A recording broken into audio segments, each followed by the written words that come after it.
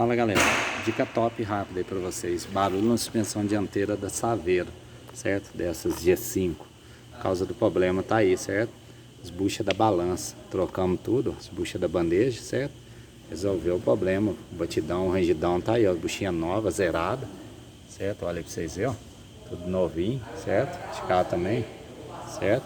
Olha pra vocês verem, ó, trocamos, olha lá, tudo, as buchas tudo ressecada, estourada, tá vendo aí? Troca tudo aí que você resolve o problema, certo? As buchinhas novas no lugar dá trabalho, meu amigo, dá trabalho. Olha pra vocês aí. Topzera, trocamos, vou montar lá agora, certo? Trocando os dois lados, certo? Porque cansou de um lado, do outro lado já deve estar cansando também. Resolvemos o problema aí, ó. Por causa do problema tava aí, olha pra vocês verem, a buchinha tudo estourada. Gera desgaste de pneu, a direção fica puxando, desgaste irregular. Vale lembrar, tem a seta pra você montar ela na posição certa, olha pra vocês verem, ó. Certo? Pra você não montar ela na posição errada, que senão estoura também. Beleza? Troca aí as buchinhas da bandeja que você resolve esse problema aí. Certo?